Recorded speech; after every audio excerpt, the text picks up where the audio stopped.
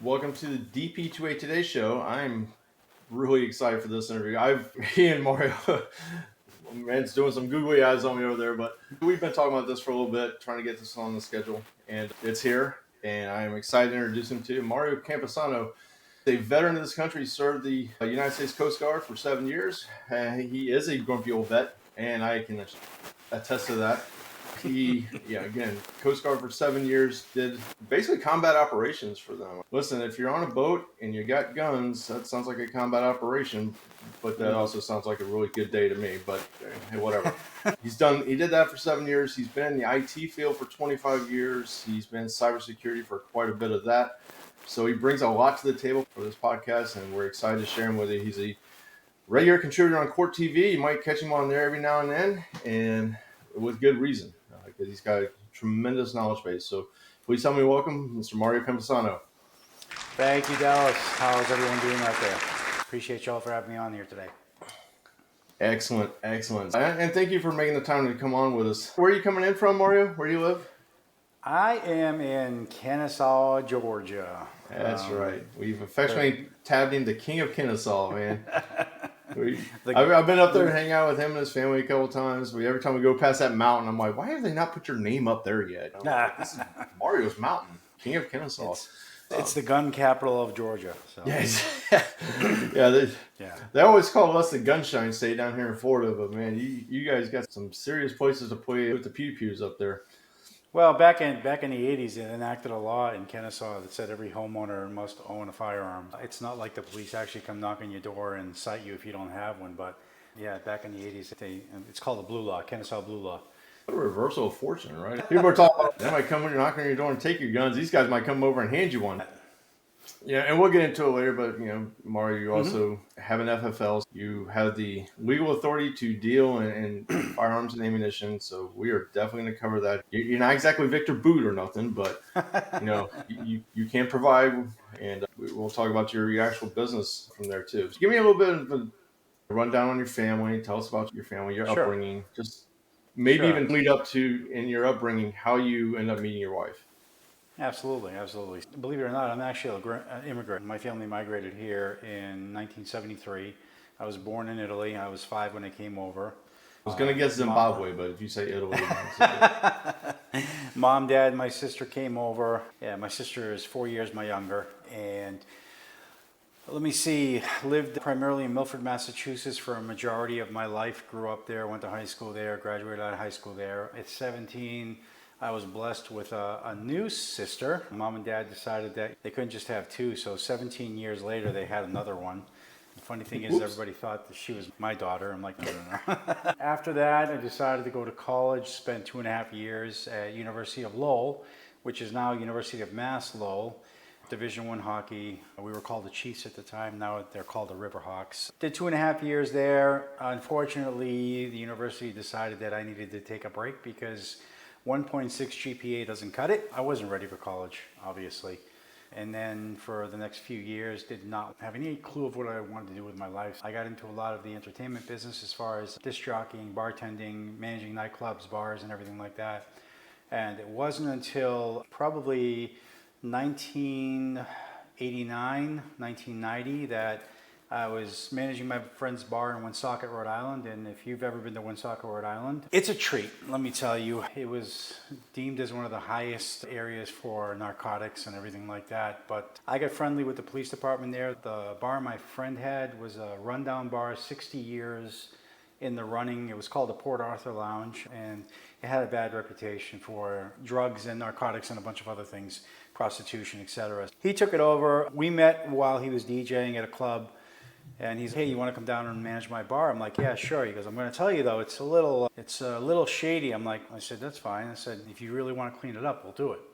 Spent the better part of 4 years with him. We cleaned it up and made it reputable. Got very friendly with the police department in Woonsocket to the point where I was actually doing a little bit of narc work for them. And it's something that fascinated me. I'm like, I want to go into law enforcement. But at the time, without a college degree, it didn't help. So I chose the ladder of going into the military.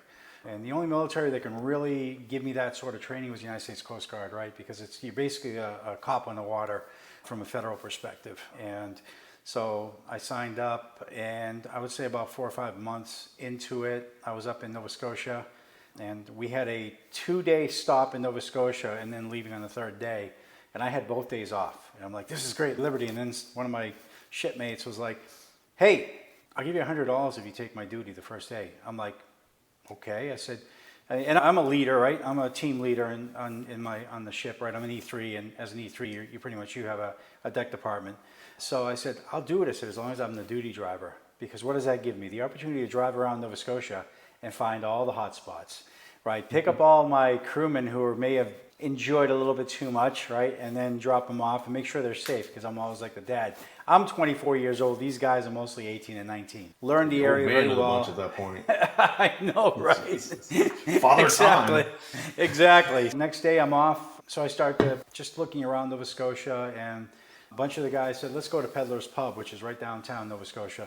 And we're like, okay, great. We were in there probably 10 o'clock in the morning. I think by about 2:30 in the afternoon, the place was almost drunk dry. There was no beers left. I mean, there was like 50 of us inside that place. We were just causing all sorts of havoc, but being respectful. And I literally had a headache, a really bad headache, because it's that 2:30 in the afternoon hangover you get when you stop drinking and you're not drinking enough water. And there's these two girls sitting. I'll take your word for it. There's these two girls sitting there, and I walked up to both of them and I said, look, I'm not trying to hit on you. This is not a line. Do you guys have any aspirin or Advil? Because I have a massive headache.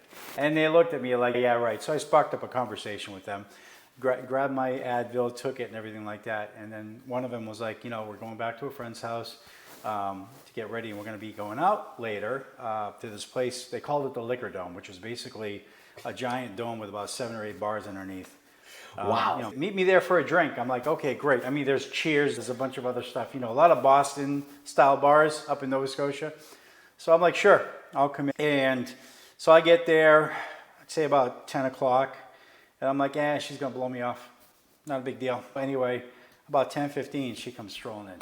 And we sat down, we talked, and I literally ran out of money. And one of my good friends on the ship, who was an E6 at the time, he's like, here's my last 15 bucks. Do what you got to do, get her home and stuff like that, because we got to take off tomorrow morning at 8:30. I'm like, okay, great. So I said, look, let's go. I said, we'll jump in a cab. You can drop me off at the base, and then you take the cab home. Problem is, back then in the ATM networks weren't established like they are today. So I had to find an ATM that has a serious network, right? And we walked around downtown Halifax for about a good 45 minutes until we found one. And then obviously we knew a lot more about each other. We discussed and talked more. I got in the cab with her. She dropped me off, and then she went home. I called her from the ship. This is about 3:30 in the morning now. I said, hey, great to meet you and stuff like that. I said, love to come up and visit. She's okay, sure. She's like, yeah, whatever. So I wrote her a letter. I wrote her a letter at 3:30 in the morning, sealed it up, and threw it in the outgoing mail next day. And then we sailed off, and we still had about another 2.5 weeks of fishery patrols left. Got done, pulled into Boston, and there was a letter waiting for me when I pulled into Boston. So I opened it up, and it was her. I had a great time and stuff like that. So I called her. I said, hey, I want to come up in 3 weeks. Is that cool? She's like, you what? I said, yeah, I want to come up. I'm serious, right? I want to come up and see you and visit you. And that was pretty much it. And then I was usually 6 to 8 weeks underway, doing either a Southern Patrol or a Northern Patrol. Northern Patrol had its perks because I pulled into Halifax. I could see her for free. But she would fly down to Boston for a week. I'd fly up there for a week if we didn't have the chance to go with the fishery patrols. And about 1.5 years later, I decided to propose. It was a long-distance relationship, but it worked well. She's got a Scottish background. Her parents, they immigrated to Canada from Scotland, like the same idea. And funny thing is, I met her parents the night after I proposed to her. Oh, by the way, this is my fiance. Check it out, guys. And her dad was like, oh, I lost a daughter. I'm like, yeah, but you gained a son-in-law. Come on, He's like, no, I didn't. And so we got married, lived in Gloucester, Mass for about 5 years, and in Haverhill, Mass for 5 years. We weren't going to have any kids, and then obviously we got a surprise one day. A few years into the marriage, Chloe was born, and then we moved down to Atlanta in 2003, and that's pretty much it. That's how I met her, and that's how Chloe came to be. When you moved in 2003, were you still you weren't part of the Coast Guard at that point, right? No, I get out in 1999, and it's funny, not funny, it's sad because I was working for Genuity, which, for those of you who know the history of the networks and how they operate in the whole AS1 network, before the internet came to attrition in 1995, it wasn't Al Gore who invented the internet, right? 1968. What? Right, it wasn't Al Gore. He just had the smart idea of investing in it. In 1968, three guys in Boston at MIT, Bolt, Brannick, and Newman, also known as BBN, they invented what we call the data network so they can send packets. And they basically were playing Pong with the folks over at Stanford University. So that's how it came to attrition. Then the military got their hands on it. They called it the ARPANET, and then the MILNET, et cetera. And then eventually, years later, we know it as the internet today. But there was a company in Massachusetts called BBM Technologies. They were the original AS1 backbone, so Asynchronous Network 1, very first one. They actually later turned into GTE. Then they were GTEI, which was the internet working. Then they merged with a company called Bell South? New England Telephone, 9X, right? And those two formed Verizon. I saw the birth of Verizon. I saw a little baby that was Verizon before it became a huge monster. An ugly monster at that. Yeah, exactly. But at the time, the FCC did not like the monopoly. They said you can't have telephone or CLEC and also have network. So they spun off Genuity. Genuity had the whole Black Rocket concept, data center in a box before cloud was ever evolutioned. And so I could say I originally worked for the company that invented the internet, because through the transitions. Genuity went bankrupt, Level 3 bought them out, and that's what brought me into Atlanta. So you probably had more to do with the invention of the internet than the aforementioned attacks. So let's not gloss over too much of the Coast Guard stuff. Let's dig into what was your mission there, what was your job, maybe go into a couple of the more memorable events you had with them. Sure. My mission was a boatswain mate. Basically, I drove boats. But as a boatswain mate, you are a jack of all trades, master of none, right? Because you get yourself involved in everything. When I first got on there, I actually was a deckhand, so we took care of a lot of the maintenance on the ship. We did the painting and stuff like that. If you want your deck resurfaced on the boat, I know exactly how to do it. So I'm a paint expert when it comes to painting. Love it, but also hate it. So I did that. On the ship for 2 years, we did northern fishery patrols. That was our primary mission up north, off the banks of Nova Scotia, Grand Banks, Massachusetts. We did tuna boarding. Our primary mission was for safety, but also for fishing regulations, right? Making sure they had the proper catch on board, sizes, limits, nets, the whole 9 yards. We would check all that when we were on boats. And we boarded anything from a 30-foot fishing boat all the way to a 150-foot trawler, dragger, scalloper, etc. It's amazing the processes involved to bring fish into our world today, into the supermarkets, whether it's a Publix or Kroger or whoever. But it's pretty amazing. So got to do that, learned a lot in that respect. I can tell you what the size of a lobster should be, right? From the carapace back to the back of before the tail starts. And then after I got off the ship, I went to the small boat station in Boston. That's where the fun began. So I think that was my first time where I actually got some TV time too, because I was on the Real Stories of the Highway Patrol for one episode, assisting in a narcotics bust. On the ship, we also did southern patrols, narcotics, immigration control, and everything like that. For those of you who are old enough, from 94 to 99, there was an onset of Haitian migration out of Haiti when Haiti was going through that real tough time. And then the Cuban crisis as well. I would say that in my tenure of doing the southern patrols, I probably rescued about 2,500 individuals, whether Haitian or Cuban. At some points, looking at 53-foot sailing vessels with 431 Haitians on board. So I got to see a lot. Yeah, so our primary goal was a humanitarian mission. Secondary was a law enforcement mission, obviously. We did joint operations with a lot of the Bahamian officials, Bahamian police force, state, local agencies, what have you. So anytime another country wanted to do operations, we get together with them. Funny thing about the Coast Guard is 3 miles out to sea is state line, so we have jurisdiction. 3 to 12 is U.S. waters. We still have jurisdiction. Doesn't matter whether your vessel is a U.S. flag vessel or a foreign flag vessel, because you're inside U.S. waters, right? You have to abide by the laws and rules. When you get into international waters, if it's a U.S. flag vessel, all bets are off. If it's a foreign flag vessel, you have to get permission from the country to do a boarding on it, unless you've already have that agreement in place. And several countries have that agreement with us because they respect the work we did as the United States Coast Guard. I can tell you, we've had some big busts, thousands of pounds of this narcotic and that narcotic and everything. And it was all, yes, you're allowed to board the vessel. But sometimes we'd have to wait for permission, which would take 24 to 72 hours. And we had to make a determination whether it was a valid target or not. If it was something that was going to be something that had been on the list before, that had been hit before. So immigration, law enforcement, humanitarian, saving lives, search and rescue as well. If you guys all remember the movie Perfect Storm, the Andrea Gale that sunk off of New England, that's similar to what we did. I've been in those kinds of seas before. I've been in 45-foot seas with a ship. I've been in 20-foot seas with a 44 motor lifeboat. Some of the stuff I've seen is scary, but it was all fun. It was all worth it. But that's pretty much our mission. That's what we did. Yeah. Look, I love being on boats. I love getting on the water, but I don't want to be in a 45-inch sea. 45 foot? Like, you see some of those things, you're going, man, there's not enough Dramamine in the world. When the water line to the top of the forecastle, which is the bow, is 19 feet, and you see the bow dip in the water, that means it's about a 30 to 40 foot wave that you just ran into. So imagine you're a 24 foot Boston whaler dipping into a 46 foot wave. Imagine that. I'd rather not.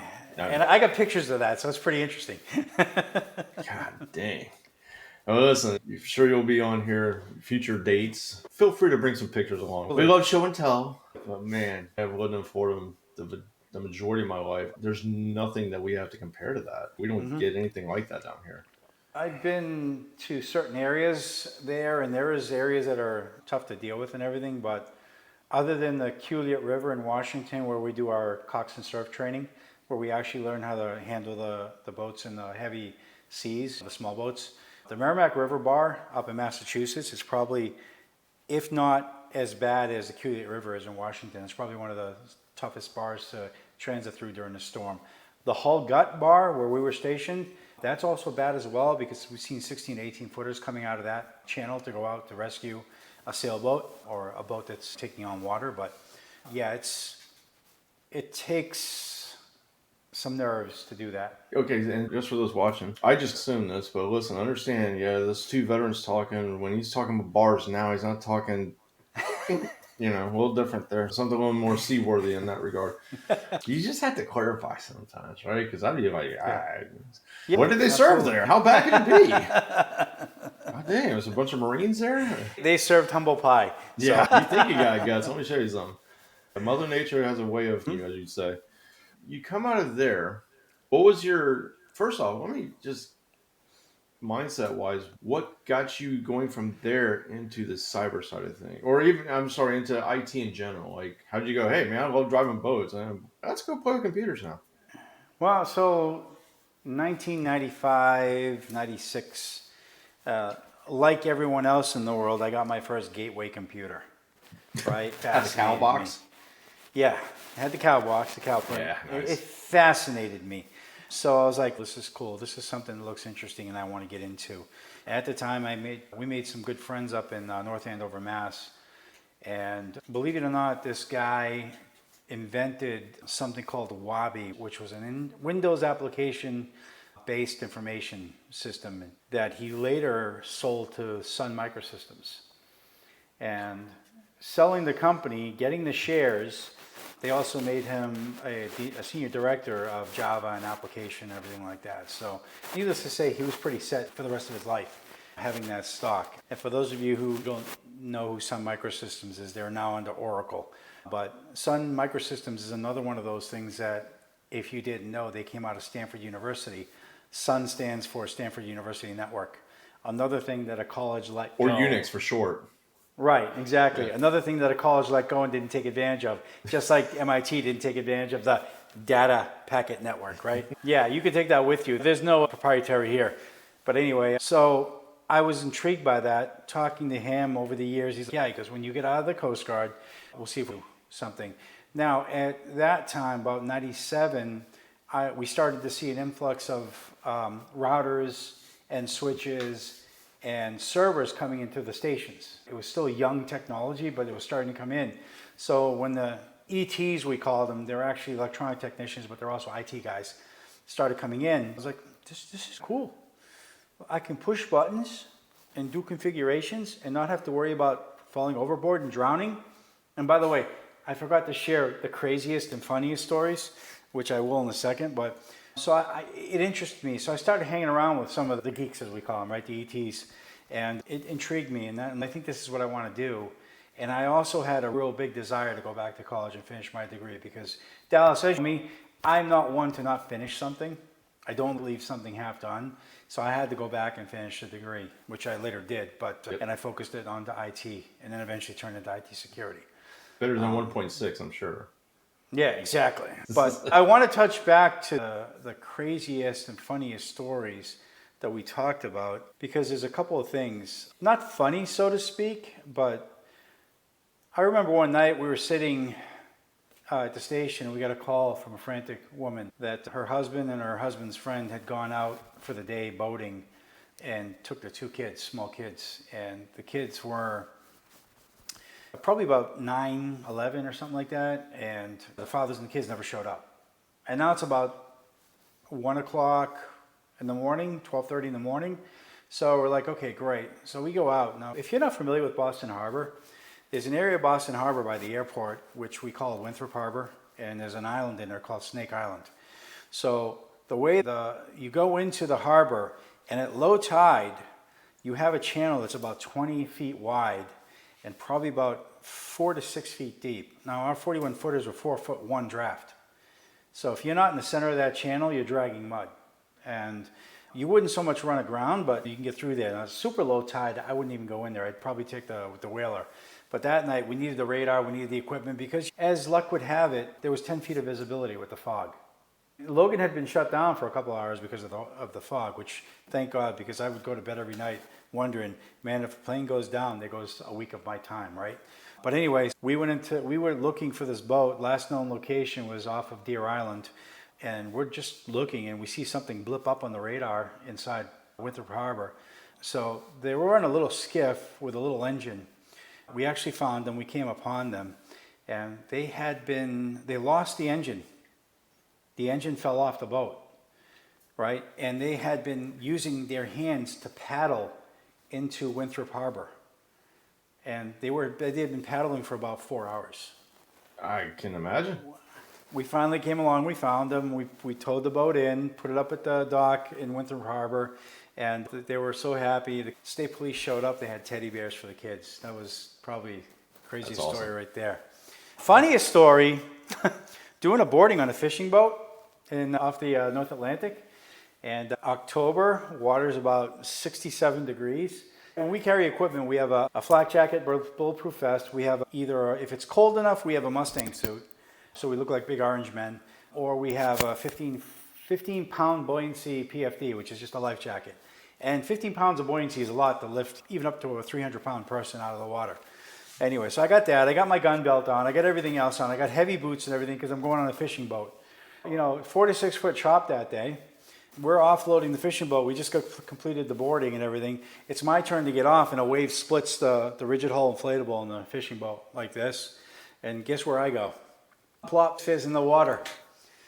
And all of a sudden I see the screws of the fishing boat. They stop the boat. They pull my butt out of the water and I'm like, holy crap, what just happened? Like, you fell in. I'm like, no kidding, right? I used other words, but. Thanks for the heads up. There's a log entry in the ship's log. Seaman Campisano goes overboard. I would have needed a picture of that one, man. I wish I had a picture of it, but craziest and funniest. But anyway, I digressed to that. Sorry. Switch back. I have to picture that one for the rest of the night. Yeah, but getting back to the IT thing, that's what got me into the IT. After I get out of the military, the adjustment is ridiculous. Because you've been with a band of brothers and sisters for that time period. You've been doing this for that time period. You're relying on people to be there for you, to back you up, and you back them up.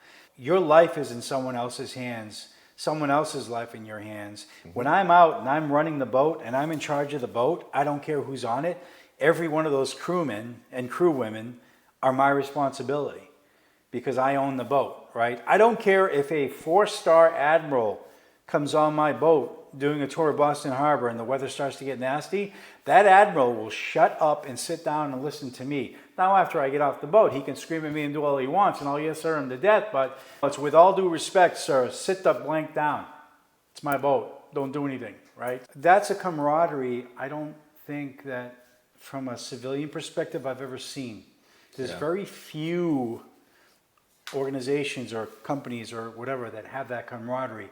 I'm fortunate to work in one right now because I work with you, I work with the rest of the crew at our company, so I have that camaraderie. So coming into the civilian world, I'm like a kid, right? And I'm scared. As much as we poke fun at the government, how they do things and stuff, it was my family. I went to work for Home Depot. I did it for about 9 months, 10 months. And I was on track to become a manager and this and that and everything. And then my buddy was like, you ready? He's okay. So he goes, a friend of mine's working for this company, Genuity. They just IPO'd. They were spin off from the whole the Verizon creation. So I went in there and I got into the level 1-2 call center. And this is not your mom and pop call center. This is where, oh, you have an issue with a web instance? Let me log into your Unix host and bounce the instance. So let me reset IIS. Or, oh, you need an ACL put on the router? Let me put the ACL. Oh, you need a firewall rule push? Let me do that. So it was more of a. You're touching a lot of different systems. Yes. For those who aren't IT people, he just listed like 3 different IT spaces, completely different. I won't say technologies, but things that we would normally hire 3 different individuals to kind of mess with. There, that's pretty impressive. So we had routers, we had firewalls, we had VPNs, we had switches, we had servers. We also had dial-up too. And then voice over IP. Bless America. Yeah, exactly. So we were the front line for that. We did what we could from a level 1, level 2 perspective. And then anything else, we took information through it and then take it and escalated to a level 3 person. And the tier 3 would take care of the rest. I would say the vast majority, and maybe not as much now currently, but the vast majority of people like yourself and me who have been around for 15, 20, 25 years, we all started in that IT administration, server admin. I started off with the Microsoft stuff. We all started in that area and then somehow transitioned into the world of cyber. There's a lot of people now who start in cyber. I got a friend who that's exactly what he did. But how did it transition for you? For me, and I'll be honest, for me, it was a very slow transition. I started doing very small things like STIGs. For those who know what STIGs are, just working that angle and then just branch that out into a whole lot of other cyber type items. How did it happen for you? So when I first started at Genuity, I'm not one of these people that just sits there, comes in, does their job and goes home. I have an appetite for other things, right? A friend of mine said, you got to do networking. Routers are cool, this and that. I went to Cisco boot camp and I got my CCNA. And I was hungry for knowledge. I started back up in school to University of Lowell was now University of Mass. And when I went to them and said, hey, how do my previous classes apply? Even though I had 1.6, we will take all your credits. You've taken the semester off that we wanted you to take. We'll take all your credits and you can start fresh as a sophomore, junior. I'm like, okay. So basically I needed 2.5 years to graduate for a 4-year degree. And I switched from marketing to your information systems management. That's what it was called at the time. And I focused on having a little bit of a security concentration. So I got my CCNA and the guys in the network team were like, yeah, if you want to come over and hang out with us before your shift, by all means do so. I'm like, sure, fine. So I would come in about an hour before my shift and go hang out with them, just learn a few things. Then I met a good friend of mine, Steve, I'll say that, I won't say his last name, who works with one of our partners now, our current company. I know, right? We really clicked and rebonded. He's like, hey, so what are you interested in doing? Because you're in that call center, and then obviously you move up to the next level. I said, I don't know. He goes, come check out firewalls. Now, at the time, we had checkpoint firewalls deployed, and we were using Nortel VPNs as well. So the firewall team and the security team, that's what they did. They managed firewalls, they managed Nortel VPNs. So I started looking at that. And once I saw that, I was like, wow, this is what I want to do. I like it. I like it a lot. It's a lot better than being the network grunt, right? It is. So I said, I'm going to come over to your side. I'm going to play with you guys for an hour or two every day and then go do my shift in the call center. They're like, yeah, no problem. I got it approved. Everything was cool. This is my time, right? If you want to get anywhere in life, you have to volunteer time. You have to put in the effort to get the effort back. I strongly believe that from day one. And for all you at home, that's free. That's free knowledge right there. That's some free wisdom. That is a fact. That's true. So anyway, and this is why I say this, because about 2 weeks into this, my manager was like, you know what? I said, we're taking a risk by you doing this. He goes, so this is what we're going to do. We're going to allow you to come in the 2 hours before, but we're going to pay you. Mind you, this is all overtime when I was getting paid hourly. So I'm like, you're going to pay me. That means 10 extra overtime hours a week. But the caveat is, if the call center gets busy, if we're short, you come right over. You're still going to get overtime. I'm like, okay, no problem. So I worked. That's not a hard sell. That's not a hard sell. Because I'll tell you, every day that I came in, there was probably 1 or 2 days a week I'd have to go back to the call center a little early, but I'm getting overtime. And I'm getting knowledge and I'm learning. So when our CEO decided to run the company to the ground and go bankrupt after a year and a half, then Level 3 moved us in. Obviously, what I had done, people caught wind of, and you had the opportunity to either go to Colorado where Level 3 was based, or the new office in Atlanta where they opened up the redundant knock and SOC. That they're like, would you like to move? I'm like, yeah, but I need to go look at the areas, right? So they flew us down here, paid for the trip, put us up for 2 days. We drove the area and stuff like that, and pretty much fell in love with Kennesaw where we live. Yeah, we're moving down here. And then, yeah, we'll move down. Okay, and by the way, we're going to pay for you to move. We're going to pay for your moving expenses and everything like that. And we're going to sell your house for you and give you all you profit from it. I'm like, pinch me. Yeah. So they moved us down. And at the time, Chloe was born in December of 2002. So in 2003, we started the transition. And we moved down here in, I would say, August or July of 2003, and we had to live in a hotel or one of those suites for 2 months while the house was being built. Oh, just terrible. Yeah, exactly. The suite in Kennesaw is terrible. Yeah, exactly. It was the Marriott Town Place Suites. But so yeah, I get You've down had some here. Good fortune, some good companies to work for, then that's for sure. Yeah, I get down here and I was working for the security team. So basically, everyone who didn't move down took the layoff up there because they were closing the building down. They got a good severance package. I stayed down there, and then and I was a team lead when I came down, and then about 3 months in, they promoted me to manager.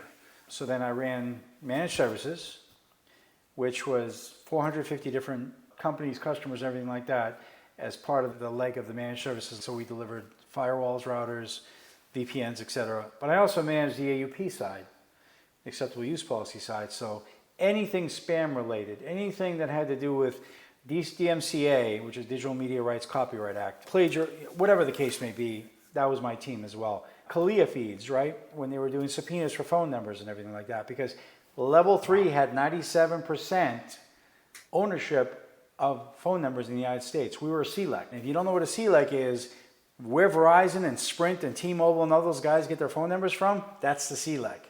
There was only 2 states or 3 states in the United States that weren't part of that program. And Level 3 encompassed 97% of the phone numbers.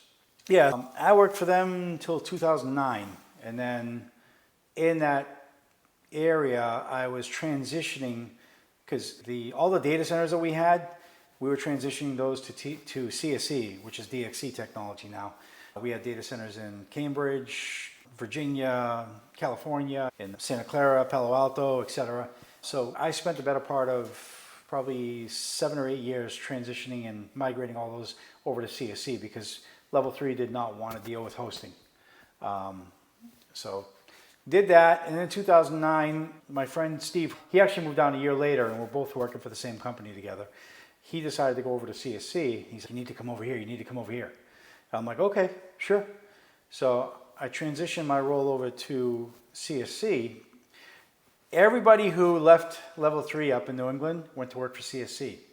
So imagine getting out of the driver's seat, then sitting back down in the driver's seat, still having your user IDs in the systems, right? Because, exactly, right? There's good security, right? Good compliance there, right? It was different back then. Yeah, exactly. SOX didn't apply. So I went to work for them. And I would say 70% or 80% of the personnel I was working with at level 3 from the 9 years or 10 years that I was with them. So it was like, hey, look who's back. I never left the company. So we managed all the hosting data centers, all the security. I was titled as the lead information risk manager, which is because CSC had so many different business units. I was like a CISO to some degree of that business unit because I had to deal with overall physical security, logical security, compliance, risk, and all that stuff. But I did that for 9 years and then went to work for Mercedes-Benz. So now I'm on the customer side for 2 years. And then obviously after 2 years of that, I went back to the VAR space. I like the VAR space better because I like to help customers out. But again, since 2000, I've had 4 jobs or 3 jobs, whatever it is. I don't like to jump from company to company. I usually like to stay if it's good. Yeah, the old joke, there's a couple of jokes in our space, usually where if someone comes up to you, like we get this with all them, let's call them kids affectionately, the new people that are into the IT and they come and say, gosh, I could really use like a $10,000 raise. Me too. There's one way to fix that. I'm like, how's that? You need another job. You need to go somewhere else. But the other aspect is a lot of times we end up in companies, and I've had more than 4 jobs since 2000. Not that many more, but a lot of times we tell people, look, if you want to get promoted, you need one of two things to happen. Someone needs to retire or they need to die. Yeah. And we'll just leave it at that because one you have control of and one you don't. But it's something to be said for only having 4 jobs in a 24-year span, because in this space, it's very volatile. Our industry is super volatile. The stuff you learn now is outdated in 6 to 12 months. Absolutely. I say outdated. Like you and I both started the same way. I cut my teeth on firewalls as well. The basic concepts of setting up a firewall are still the same. The methodology and the technology getting to that point has changed 10, 12 times since Cisco PICs. The methodology is the same. It's just the GUIs are different, right? Right. I wouldn't use a Cisco PICs right now to hold my door open, but no, absolutely. You know, it's all about the theory behind everything, right? What does a firewall do? What does a router do? Et cetera, et cetera. Learning the technology itself is different. I teach at Kennesaw State. I teach the CISSP program there. And I always get asked the question, what certification should I tackle next? Nothing. Get the Security Plus, the A Plus, the CISSP, the CISM, the CISA. Get those certifications because they're not tailored around the specific technology.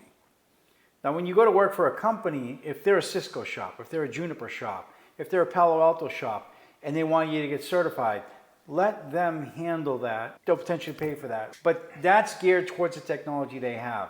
Don't corner yourself. Understand that every technology has theory behind it. If you go by that, you'll be fine.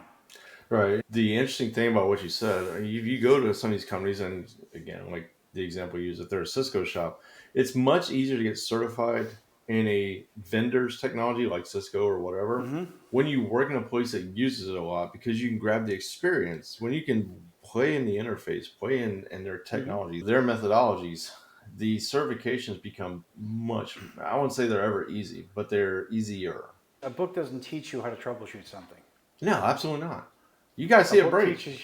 You have to see it break and you have to figure it out. There may be some instruction in there on how, obviously, if you see an IP address being dropped in a firewall rule, chances are it's probably being blocked. Yes, you can look it up in the book how to add a new rule, how to open up that port, etc. But what if it's something else? Yep. What if it's a configuration file behind the firewall, right? What if it's that the information is coming in doesn't have enough space from a bit perspective, and you have to expand that script in the configuration behind it so that the bit size is allowed, right? That's different. That's something you learn from. Surely you're going to work with some more senior people, and you can just, hey, quick question, what do you do when you see something like this happen? And a lot of times they can give you 30 seconds of information that'll open up a new world to you. You know what I mean? And we could probably go down that road. We've probably seen it. Myself, I could list a dozen examples of where someone said, hey, have you looked at this? And it changed how I viewed a certain thing forever, because I just, maybe it was blinders on. This is what I learned. It literally just happened this week where I'm like, okay, this is the way I was taught in let me go get a certification versus this is world here. Kim and I talk about IRL, in real life. In real life, what does it really look like? So, Yep. That's right. true. That's true. And I'm not going to mention our company by name. I don't know how they feel about that, but we do work for an outstanding company. We have outstanding leadership.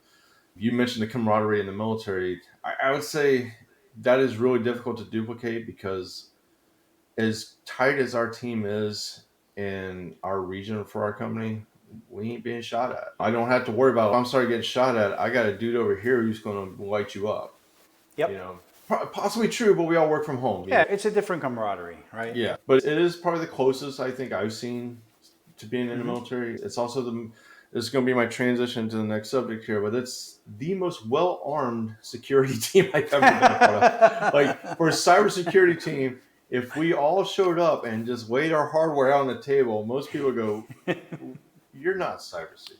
Stop. I have no idea what you're talking about. Yeah, Dallas. it's like we are the worst boaters on earth. See, you can't even use the "Hey, I lost all my guns in a boating accident" because you used to drive a boat. Yeah, it's true. That's true. Someone asked me yesterday how many guns I have, and I said, I don't know. She goes, "What do you mean you don't know?" I said, "I lost a dozen or so over a boating accident." Yeah, so, what idiot counts? Come on.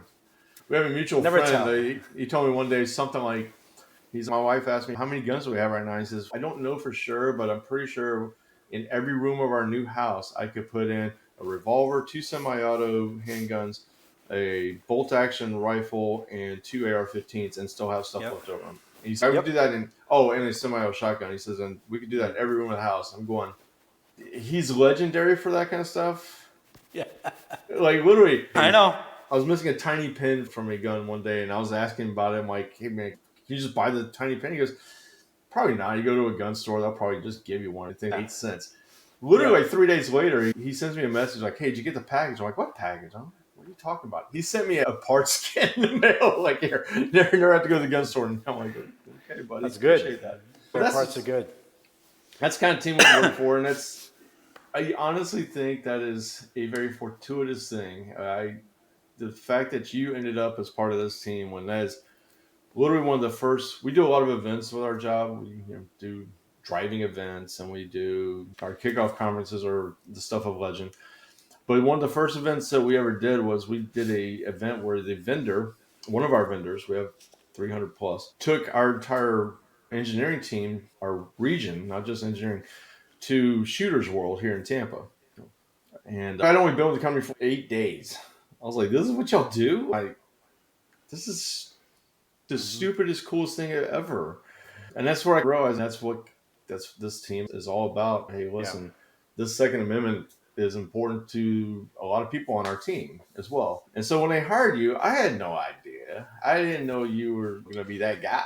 You're my Italian Victor Booth, man. And I joke with people during 2020 when COVID was going on, and here in Florida, we were locked down for like literally a few weeks, tops. People were back out in the stores, whatever. But I'd go into Bass Pro Shops, and there would be like no ammo on the shelves. And people were like, oh my God, can you believe there's no ammo?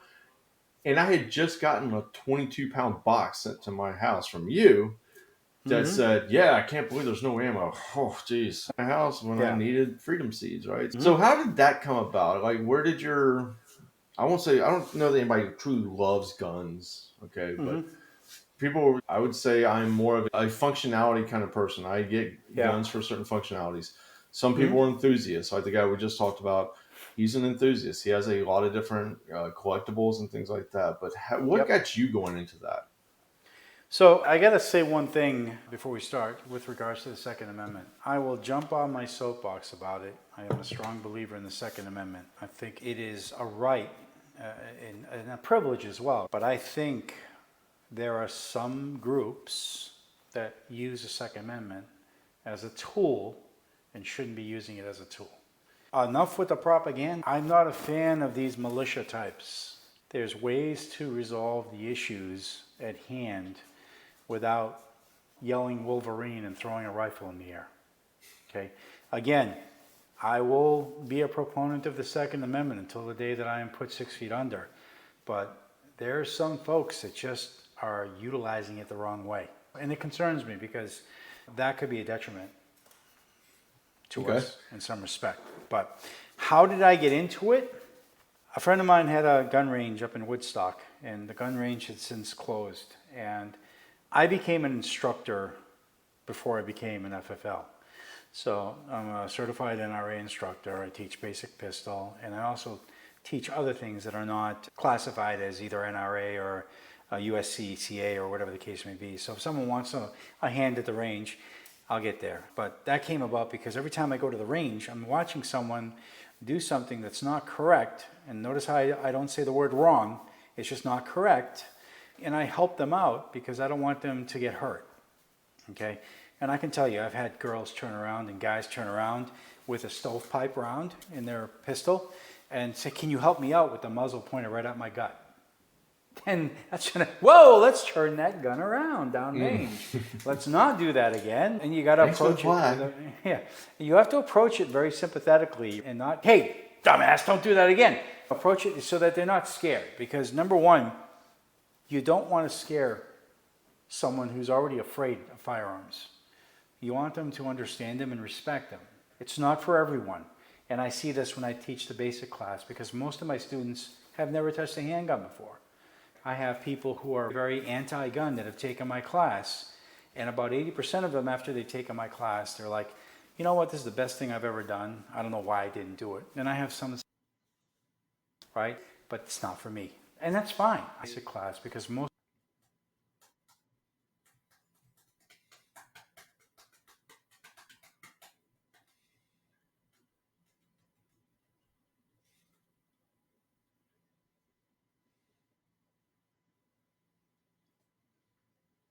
Yep.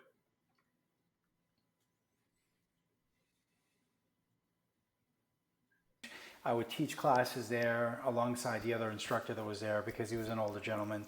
I'd help behind the counter and stuff like that. So it was fun. This is great and everything.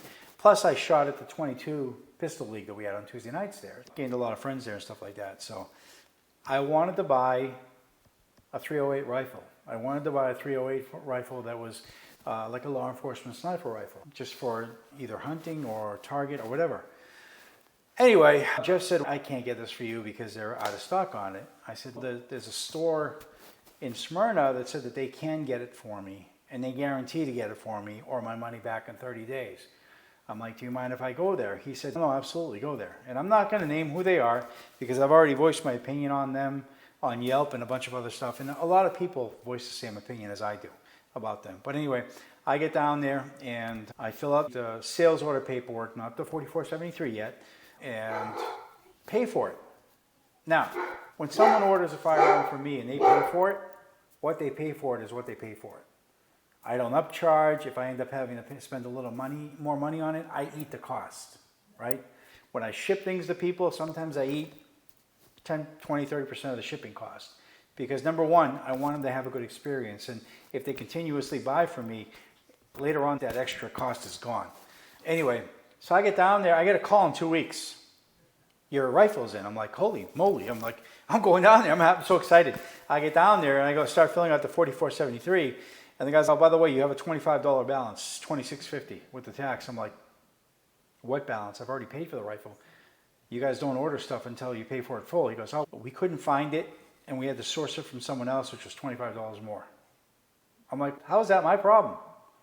That you had to pay more money for it. And they're like, we have to. I'm like, I'll tell you what. I said, I want my money back. Well, there's no refunds on guns. I said, that sign on the wall says 100% satisfaction guarantee or your money back.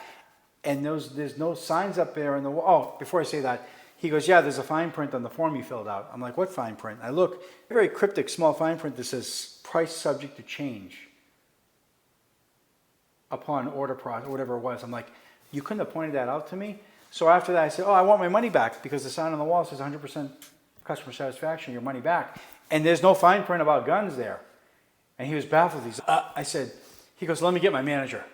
So the manager comes and I'm like, dude, you're going to charge me $25 more? I said, you could have been a little bit more open about this. Yeah, my fault for not reading the small little microscopic fine print, but you need to point that out. You need to make that in big letters so people know what they're getting to because price subject to change maybe $100 more. There's no value of that, right? He goes, oh, yeah. He goes, I'm sorry. He goes, I said, I want my money back. He goes, you won't have to pay the $25, but I still need to collect the tax.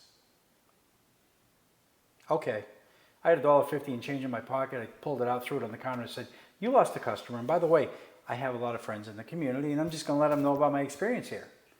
So I went back and I was talking to Jeff about it. He goes, "Why don't you get your license?" I go, "Jeff, I don't want to deal with the store right now. I work for a living." I said, "I don't have time for that." "No, do it out of your house. You can have a home FFL." I'm like, "No." He goes, "Yeah." So he guided me through the process. I applied for the license. I'd been thinking about doing this 10 years ago too, but I applied for the license, and it's about a 3 to 4 month period to get the license. And you have to do a lot. It's not easy. You have to do a lot of things. You have to set up a website. You have to have a business license. You have to have tax exempt. There's a lot of steps involved. You got to pay state Uncle Sam, federal Uncle Sam, and stuff like that. So it is like a full-time operation after the fact. So I'd say about 3.5 months of waiting. I got a call from the ATF. "Hey, we're going to come to your house and we're going to check your house out. We're going to discuss everything." And I'm like, "Okay." So I told Jeff, I said, "Hey, I got a call from ATF." He goes, "You got your license?" I go, "No." He goes, "Listen, if they're coming to visit you, they want to make sure you're not some crazy individual, and they want to make sure that you have a setup at your home where it's going to be safe." I'm like, "Okay." So yeah, ATF came and we sat down. We talked for 3.5 hours. He went over everything. The IOI, the agent, he's awesome. And I go, "So do I get my license?" He goes, "Oh yeah." He goes, so he sent me an electronic copy of it, and I got the official paper copy in the mail. And that was, I think, 6, 7 years ago. And that was it. And the one most important thing that the ATF told me, and a friend of mine who's in the industry up in Alpharetta, that I do a lot of these awesome shoots with and everything, he told me, he goes, "Sell guns. Don't be that guy who gets the FFL license and doesn't show any kind of sales for it, because they'll pull your license. If you're not really using it as a business versus using it for personal gain, they will pull your license on you." Because like when you renew your license, you have to tell them how many guns you transferred, and you have to go through your inventory and say, "Yeah, I transferred 200 over the 3 years, or 300, or whatever the case may be." And so it's been a nice little side hustle, side gig, side job. But my biggest focus was to help people out so that they weren't going to get screwed by these big box stores. Right. Now, can I beat a Cabela's or a Bass Pro or the other store that I was talking about earlier? 9 times out of 10, yes. Are there times that they're going to beat me? Absolutely. And we can get into that discussion later, how that works, because once you're in the business, your eyes open up to what truly goes on behind the scenes. Just think of a jewelry store. We're doing 40% off, but you also marked everything up 50% the week before. Right. And now you're really just going down 10% from where you were. But anyway, it's been good. Helping people, that's my big thing, right? My clientele is word of mouth. So anyone who I've done business with, it's all word of mouth. I don't advertise. I have a group on one of the social media channels that is gun friendly. And I probably have about 450 customers across the United States. That's impressive. 42, it's 42 states where I ship to. I'm not shipping weekly. I could ship to a customer in Colorado once every 2 months. But I've also shipped to California. I've shipped to New Jersey, to New York. Those states are the worst ones to ship to because of their rules, but done it. Yeah, sometimes with regards to the Second Amendment, we're about a 41 state country, and then the other 9 kind of halfway participate in the Constitution. But yeah, it's impressive. We're part of a tech store with somebody else, and we all kind of joke about you just being the guy. On our team calls that we do for work, we always talk about, "I got to take care of this or this." I'm like, "I could do it myself, or I could just get a guy." And it seems like for a lot of that kind of stuff, you are the guy. I've had people in my neighborhood like, "Hey, look, I need a new optic, or I need a couple new optics." I'm like, "Oh, hold on a second, let me get my guy," which is cool. It makes me a lot more popular too, because I'm the guy who has a guy. Yeah. But and you've always had this, and I think it's your big personality. You've had this propensity to be able to meet and engage with some important people out there, and that kind of stuff is really cool. It puts you in some better doors too. Yeah. Yep. I think you were talking about some of the stuff that you've done with, the place that we went to dinner that day. There's, for those of you who don't know, if you're not ever in the Kennesaw area, there's a range up there. It's called a range is just not doing it justice. This is a range. It has an indoor trap shooting range. It has, well, any kind of range you want, it's got, and just happens to have a big time restaurant upstairs. Go fire off a couple hundred rounds. Go shoot some trap.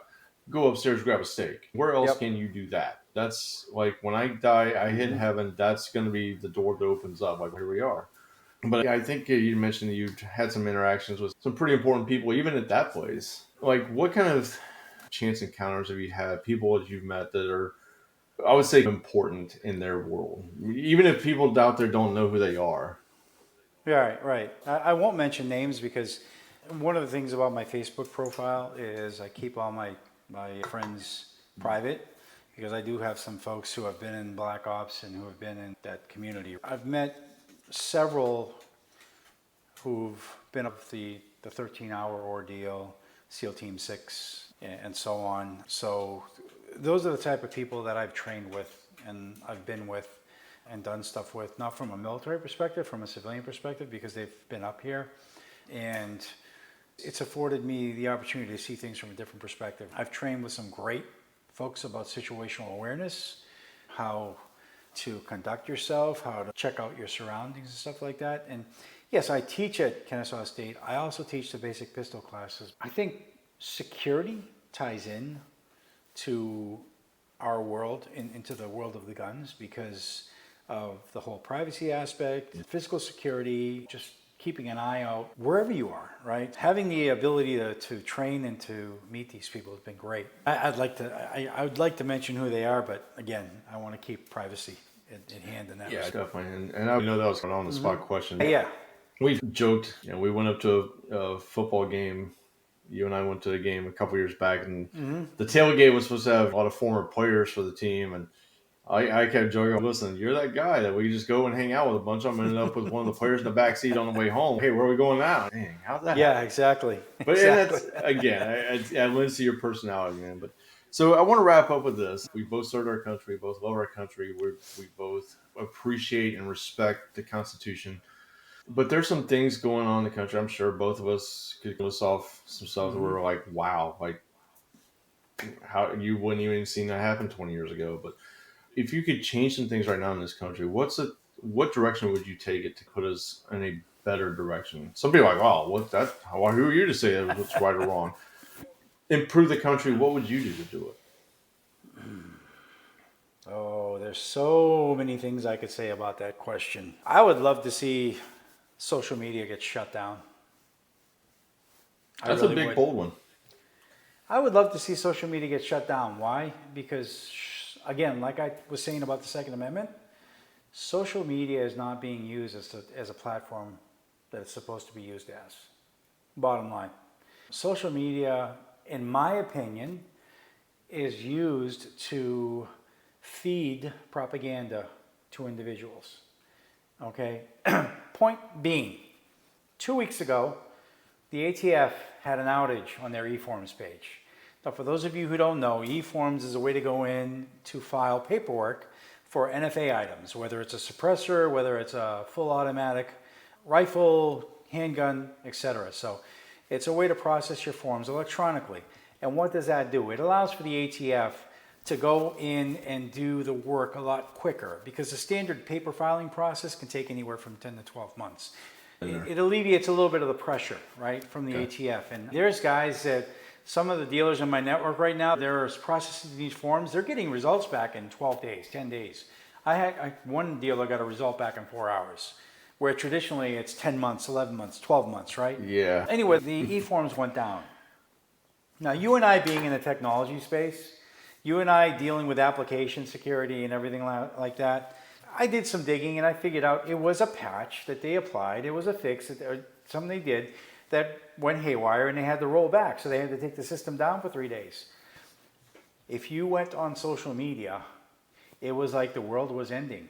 Mm-hmm. The government is taking our guns. They're shutting us down. They're doing this, they're doing that.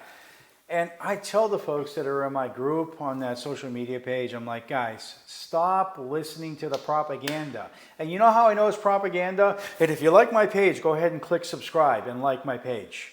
Yeah. As soon as I hear that, I know it's a bunch of BS. I'm sorry. And it's not all the time. I'd say 80% of the time it's a bunch of BS.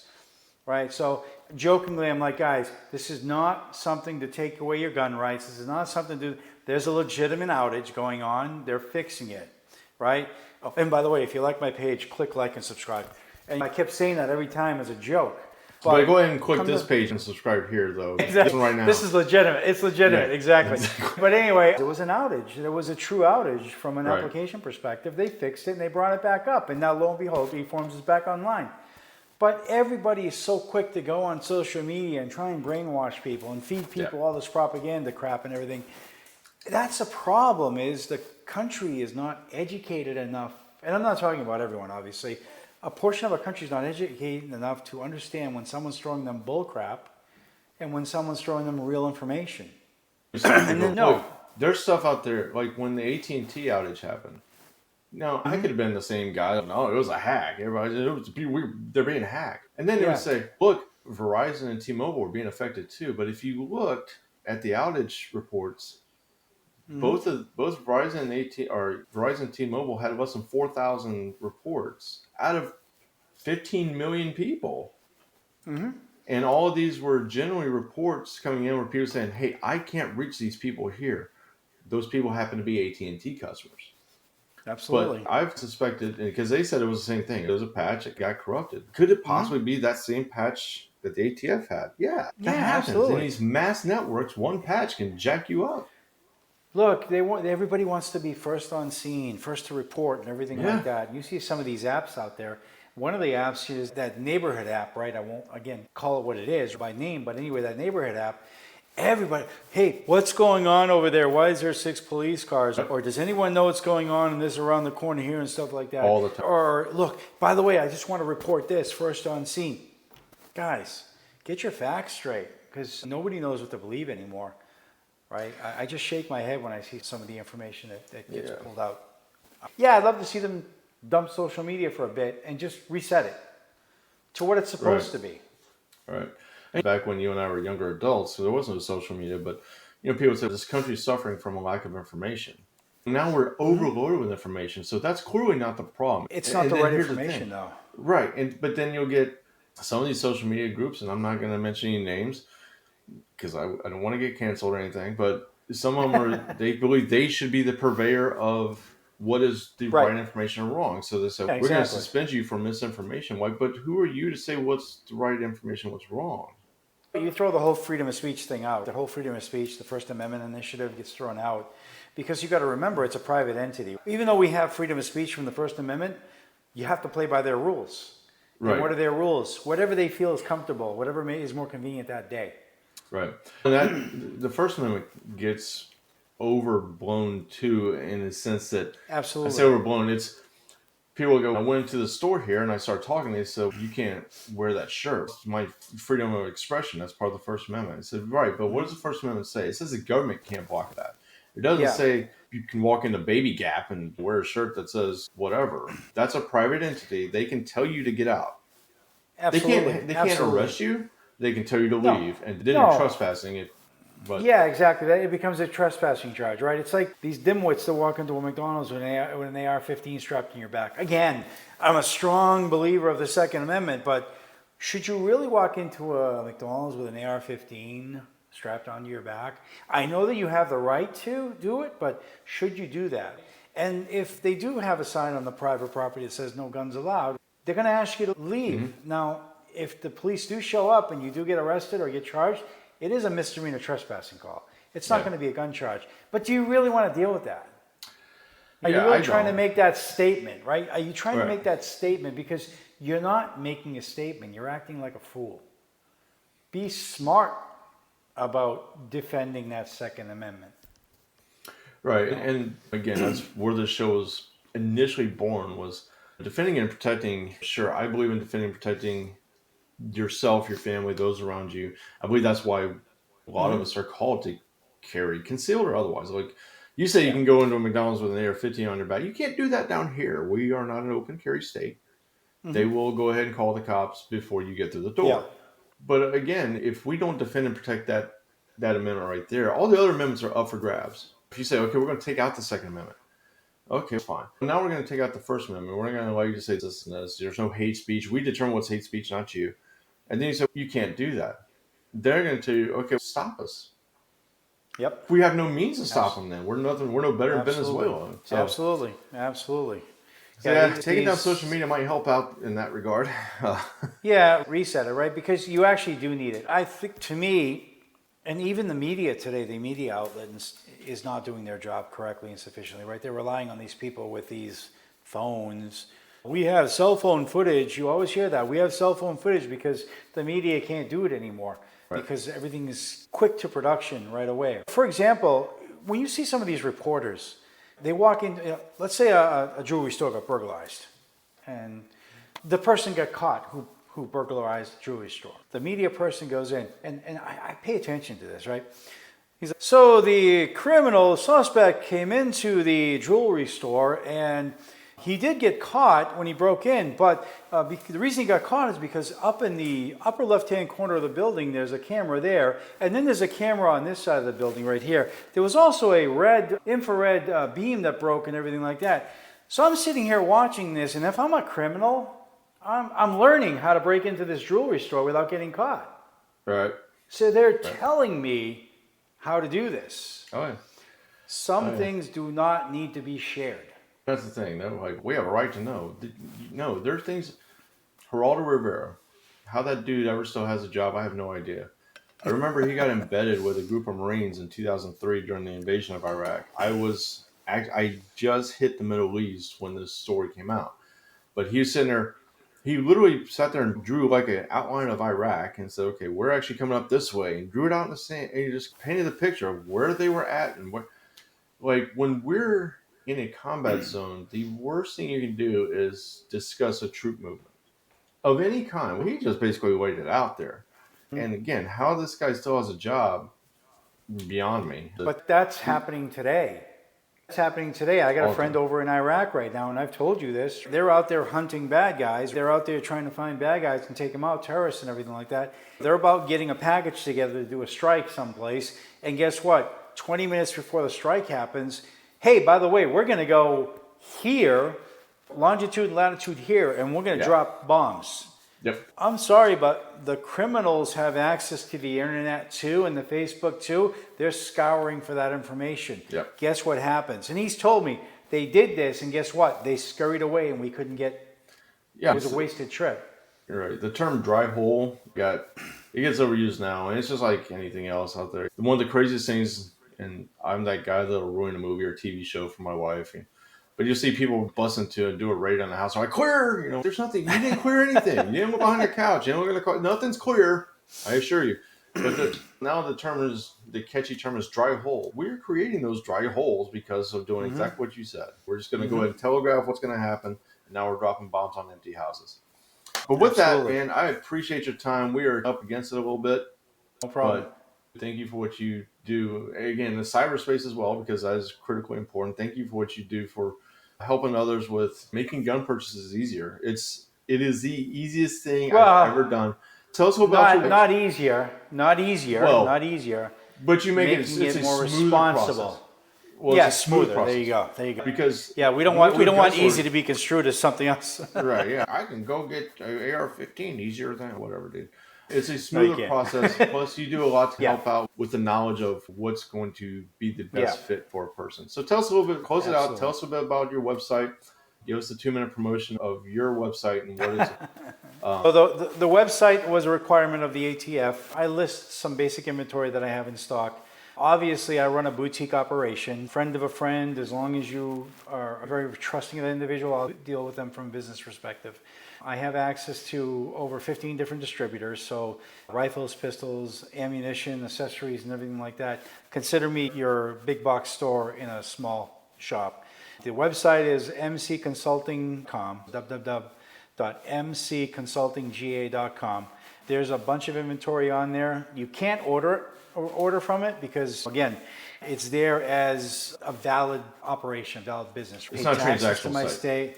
Yeah, exactly. I pay taxes to my state. I have a state license and everything like that. So it is a legitimate business. But if it's something that you need, whether it's a revolver, whether a single action, double action, semi-automatic pistol, rifle, etc., as long as it's a class 1, so that means it's not full auto, suppressor, or whatever, I can get that. Again, Transactions to out of state, I ship to your local FFL. I don't ship direct to you because that's illegal. And then you go there and you pick it up and they'll do the background check, or if you have a carry permit, depending on how the state law runs, they'll issue the firearm in either 1 day, 3 days, 5 day wait period after you fill out the paperwork. And if you just have a question, because Dallas, I'll tell you, I've refused business, not number one, because I didn't feel comfortable. But number two, I've also told people, hey, you know what? I can't meet that price. Buy it there, ship it in with my transfer fee. It's still going to be cheaper for you. Ultimately, I want to make money, but ultimately, I want to save you money too. Right. And I'm going to give you my 2-minute promo on it too. But me and the other guy that we do a text thread with, you've gone some routes that have helped us to not make bad purchases. Done some things, guide us in the right direction on certain things. Because listen, I know more than 90% of the people out there about guns. It's that other 5 to 10% that when there's questions, we like to have a source we can go to. Now, here's the coolest part of having your website and your contact as a source. And I want people out there to understand this. Having an FFL that's not just trying to make money off of you is one thing. Having one that's willing to make sure that they know the law in your area and what's going to keep you out of trouble, making purchases, things like that. Because I guarantee you there's other FFLs that just don't care. And if you're willing to do something to break the law, as long as they're making money, they're going to be like, hey, I don't care. And having a trusted source that's willing to help you make the right purchase, the right legal purchase, and one that you're going to be happy with in the end. I've never, ever bought something from you and went, this sucks. Yeah. But I bought stuff from other stores and they're like, hey, you want to try this? Yeah. And they held it and you're like, yeah, cool, man. I guess I'll buy it. Yeah, this sucks. The one thing I will... Big box stores, just other gun stores. People go, I'm just going to go hold the gun and aim it at the clock up there. And yeah, it feels great. Okay. Customer service has always been my big thing, right? But I will say one thing when it comes to to the whole gun buying experience and the gun buying process.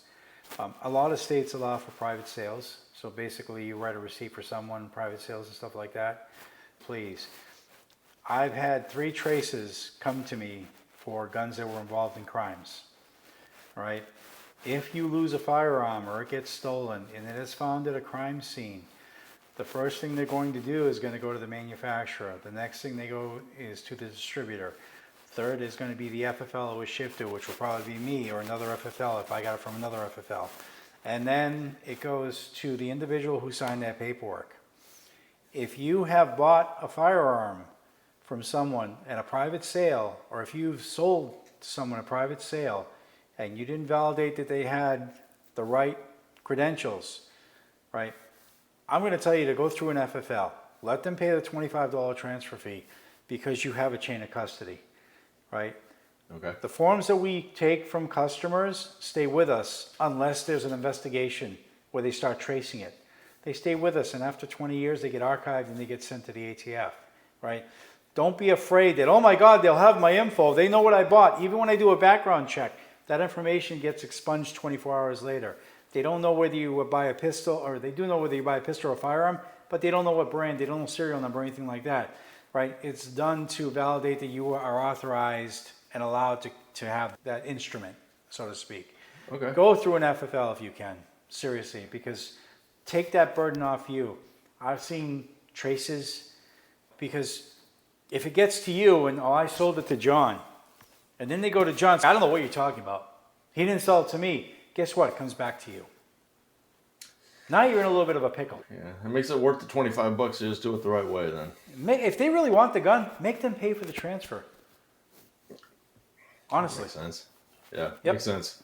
Excellent. I appreciate that. That's huge information for everybody out there because, a lot of people want to do the private sale things. Absolutely. But again, hey, thanks for making the time today again.